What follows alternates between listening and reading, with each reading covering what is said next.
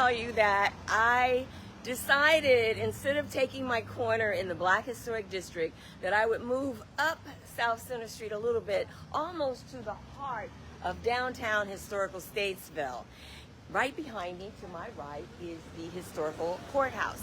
Now, in the 1800s, when my ancestors were here surviving that enslavement labor, there was a different courthouse. That one had a fire, I believe, in the late 1800s, and so a lot of the historical records were up in flames along with that original courthouse. But this is also one that is historical for being built early. So when we look at some of the historical documentation, and I write about this in my second book, Preservation Climate, we do have some challenges, because not only here locally, but when you have damaged in records, early records for Black families, we're talking about no second backup.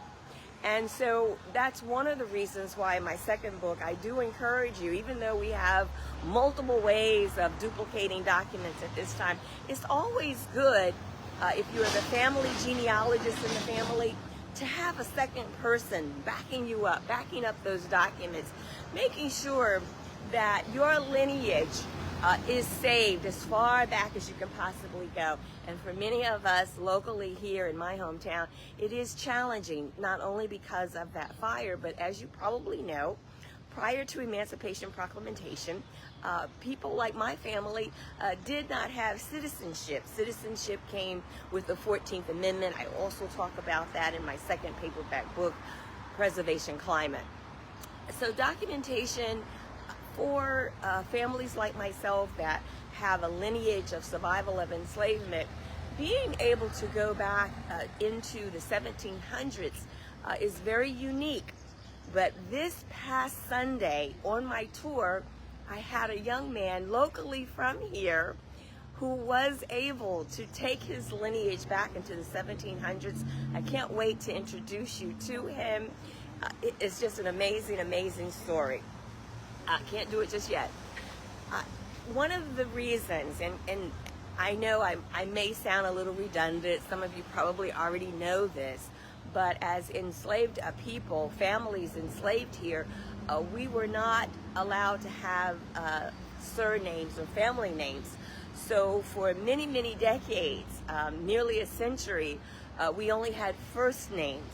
And so when you look at some of the documentation, you can see demographic data, age, sex, gender, maybe a location, but it's very challenging. And so you have to look at documentation that might be handed down from the family, things like a family Bible, church records.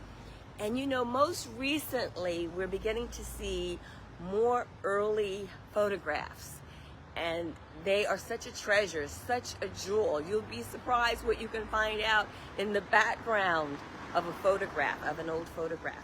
And so certainly genealogy is very challenging, especially when you're trying to go back into the 1700s. But my hometown was established in the mid 1700s, and we were here. We were here.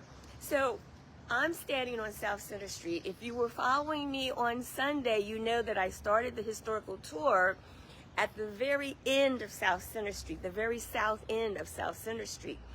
Now, just a little bit beyond South Center Street in the same direction, you will have a historical railroad depot. It's now been restored as a police station. Beautiful restoration, by the way, with preservation design in mind. That depot was one of the first stops in the Piedmont to allow for labor that was in captivity to get off. Sometimes Black families or Black laborers were auctioned right there at that train railroad depot. Now on Thursdays and Fridays and sometimes Saturdays, if it was a large population of enslaved labor, they would walk this way, and the auction block would be in front of the courthouse. And that was typically on a Friday or a Saturday. So it's a very historical town. For more information on presentations and publications, follow me, Lisa Moser, online.